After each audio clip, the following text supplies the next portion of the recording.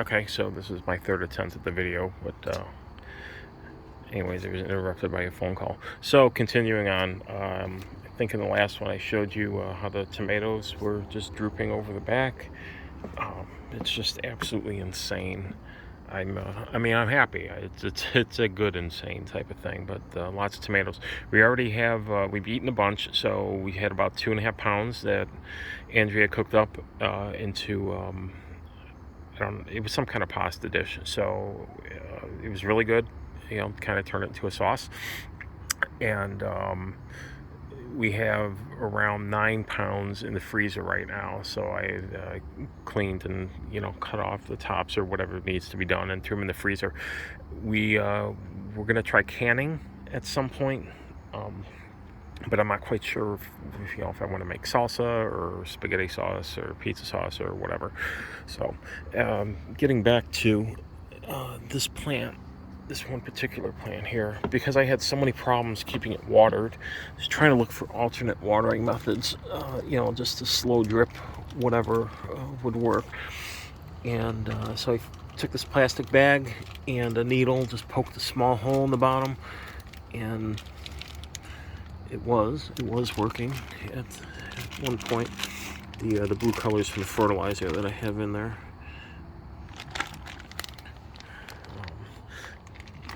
But yeah, anyways, so I've already used this a couple times.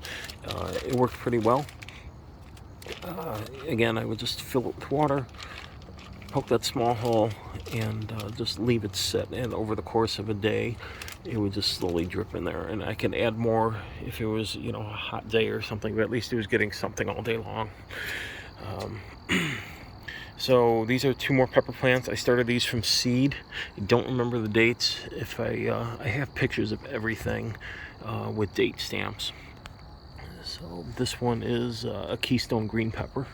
He's doing pretty well, though I don't know how much it's going to produce before the weather gets super cold, but we do have a greenhouse that we're going to try raising some stuff in just to see.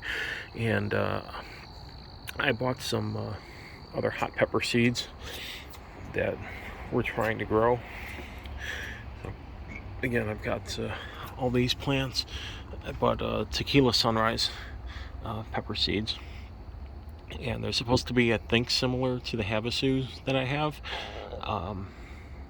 So yeah, I've been keeping these, covering these up at night in this little greenhouse. It gets incredibly hot in here during the summer.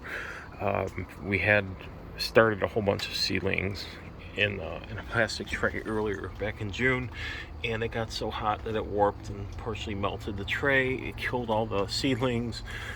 Yeah, it wasn't good.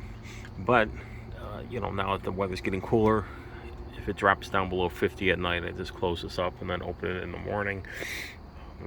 So they seem to be doing pretty well so far. But again, that's our container gardening experience.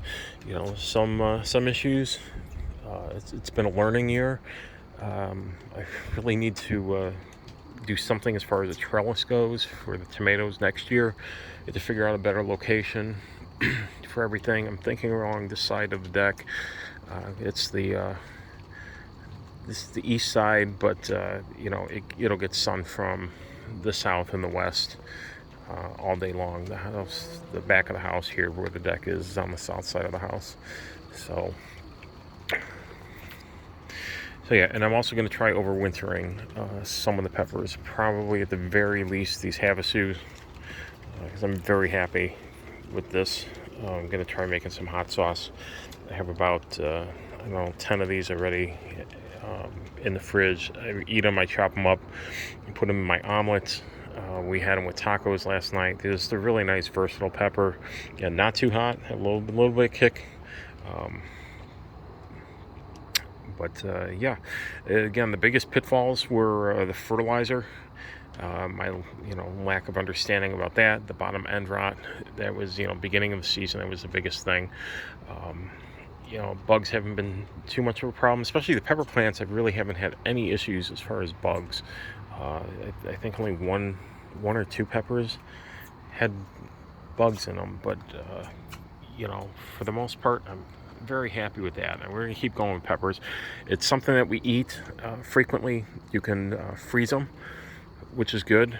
I don't know about canning. I really haven't looked into that, but the freezing is a good thing.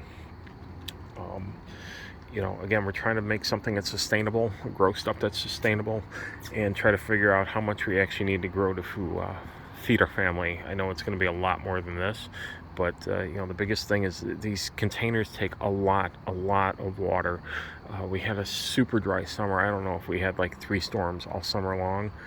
Um, and when we did have storms, it was great because the plants just flourished so much more in the days afterwards. The storms helped change part of the atmosphere too, so it's not just the water aspect of it. Um, but yeah, it's really important to stay on top of watering these, you know, and supporting these too. As you can see, this plant here, I have tied up to try to keep this from tipping over. Because you just have a little base, just that 1-gallon container with the dirt in it, and then all the weight from those peppers and the leaves on top, the branches are going to try pulling it over. So really trying to support these is really important to do. And I'm going to have to buy a lot more fertilizer for next year. So that's about it for now. And thanks for watching.